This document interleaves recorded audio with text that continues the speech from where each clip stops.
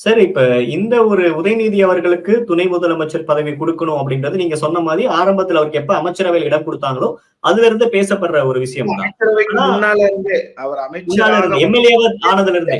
துணை முதல்வரா அவரை ஆக்க வேண்டும். ஏன்னா அவருக்கு வந்து அந்த யங்ஸ்டர்ஸோட சப்போர்ட் இருக்குது அப்படிங்கறதெல்லாம் கட்சியில இருக்கிறவங்க நினைக்கிறாங்க.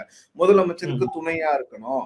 முதலமைச்சருடைய செயல்பாடுகள்ல இவரும் துணை சேர்த்து இவரும் செய்யணும் அப்படிங்கிறதுதான் கட்சியில இருக்கக்கூடிய நிலைப்பாடா அந்த தலைவர்கள் பிரதிபலிக்கும். சரி, இப்ப எல்லா தலைவர்களும் இந்த கருத்தை ஏத்துக்கிறாங்களா? சீனியர்ஸும் கூட உதயநிதி அவர்கள் துணை முதலமைச்சரா வரணும், இல்ல உதயநிதி கிட்ட தான் ரிப்போர்ட் பண்ணணும் அப்படின்றது அவங்களுக்கு அது கம்ஃபர்டபுளா இருக்கா? இல்ல இல்ல, துணை முதல்வர்ங்கிறது வந்து ஒரு பொலிட்டிக்கல் அரேஞ்ச்மெண்ட் தாங்க. அதுக்கு வந்து எந்த ஒரு கான்ஸ்டிடியூஷனல் சாங்டிட்டியுமே கிடையாது.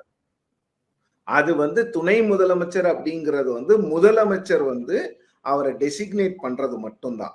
துணை முதலமைச்சருக்கு நீங்க முதலமைச்சர் வேணும்னா இப்பவே அமைச்சர்களுக்கு வந்து ஒரு அமைச்சருக்கு 2 செக்ரட்டரி வேணும்னா முதல்வர் வந்து அவருடைய special powers discretionary powers use பண்ணி அலோவ் பண்ணலாம். அது மட்டும்தான்.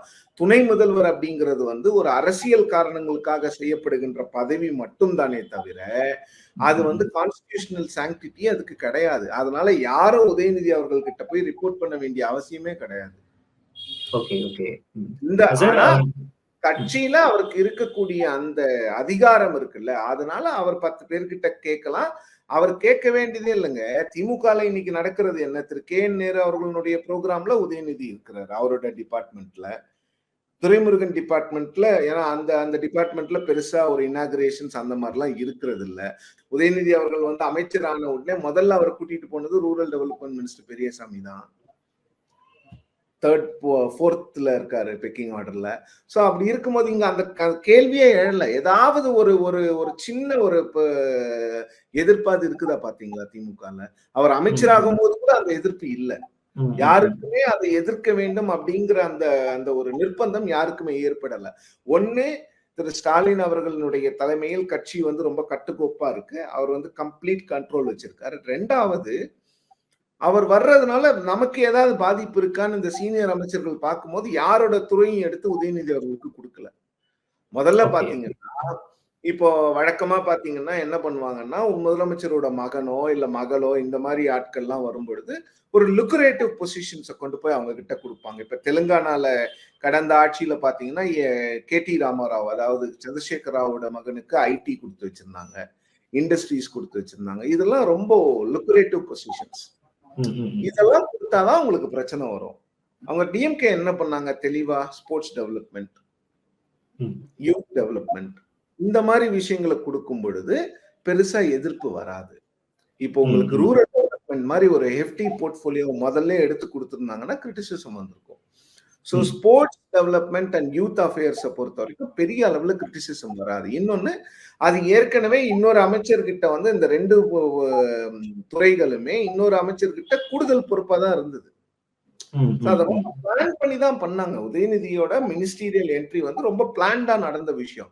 யார் எந்த ஸ்போர்ட்ஸும் வந்து தங்களுடைய பதவியை எடுத்து உதயநிதிக்கு கொடுக்குறாங்க அப்படிங்கிற எண்ணம் யாருக்குமே வரக்கூடாதுங்கிறது அதுல ரொம்ப தெளிவா இருந்துதான் அந்த போர்ட்போலியோவை எடுத்து கொடுத்தாங்க. சார், இப்ப உதயநிதிக்கு ஒருவேளை இந்த துணை முதலமைச்சர் பொறுப்பு நீங்க சொல்ற மாதிரி அது எப்ப அப்படின்ற கேள்விதான் இருக்கணும். கொடுக்குறாங்கன்றது அதிகாரப்பூர்வமா எல்லாருக்கும் தெரிஞ்ச ஒரு விஷயம் தான் அப்படின்னு நீங்க சொல்லியிருந்தீங்க. இது கட்சிக்கு எந்த வகையில பலன் சேர்க்கும் சார்? இல்ல கட்சிக்கு என்ன வகையில பலன் இல்ல கட்சிக்கு எந்த வகையில பலன் சேர்க்குங்கிறத வந்து நீங்க பொறுத்து இருந்துதான் பார்க்கணும். இது என்ன ஆயிடக்கூடாதுன்னா 2006ல இருந்து 2011 மாதிரி இது 12 பவர் சென்டரா மாறிடக்கூடாது. இப்போ உங்களுக்கு 2 பவர் சென்டர் வந்துச்சுன்னா அங்க வந்து பிரச்சனைகள் அதிகமாகும். சோ யாருக்கிட்ட யாரு ரிப்போர்ட் பண்றது, யாரோட இன்ஸ்ட்ரக்ஷன்ஸ் யாரு எடுக்கிறது அப்படிங்கிற அந்த கன்ஃபியூஷன் இல்லாம பாத்துக்கணும்.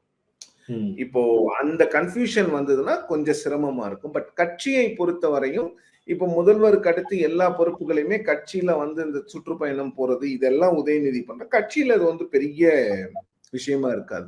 பட் ஆட்சியில இந்த துணை முதல்வர் அப்படிங்கிற விஷயம் வந்து ஆட்சி நடக்கும் பொழுது அந்த ஃபைல்ஸ் மற்ற விஷயங்கள்லாம் பாதிக்காம பார்த்துக்க வேண்டியது அரசாங்கத்தினுடைய மிக முக்கியமான கடமை. அது வந்து முதலமைச்சரும் துணை முதலமைச்சரும் அவங்க 2 பேரும் சேர்ந்து உட்கார்ந்து அப்படி ஆனார்னா அது என்னென்ன அந்த டிபார்ட்மெண்ட்ஸை பார்க்க போறோம், என்னென்ன விஷயம் அப்படிங்கிறத வந்து அவங்க தெளிவா பேசிக்கிறது நல்ல விஷயம். ஏனென்றால் 2006 11 வரை நடந்த அந்த ஆட்சியிலும் கூட 2009ஆம் ஆண்டுக்கு பிறகு திரு ஸ்டாலின் அவர்கள் துணை முதலமைச்சர் ஆக்கப்பட்ட போது நிறைய பிரச்சனைகள் வந்தது. ஆனா இங்க நீங்க பார்க்க வேண்டியது என்னன்னா, அன்னைக்கு திரு ஸ்டாலின் அவர்கள் துணை முதலமைச்சர் ஆக்கப்பட்ட போது அவருக்கு கிட்டத்தட்ட வயது 60 ஆயிருக்கும்னு நினைக்கிறேன், இல்ல 55 58 வயசு ஆயிரும். ஸோ அப்ப வந்து அவர் வந்து அரசியல்ல கிட்டத்தட்ட ஒரு 35 வருடங்கள் அரசியல்ல இருக்கிறாரு. 4வது முறை எம்எல்ஏவா இருக்காரு. பட் ஆனா உதயநிதி அவர்களுக்கு வந்து எக்ஸ்பீரியன்ஸ் வந்து கம்மி தான். அதுல வந்து எந்த சந்தேகமும், அது சொல்றதுக்கு எந்த தயக்கமும் கிடையாது.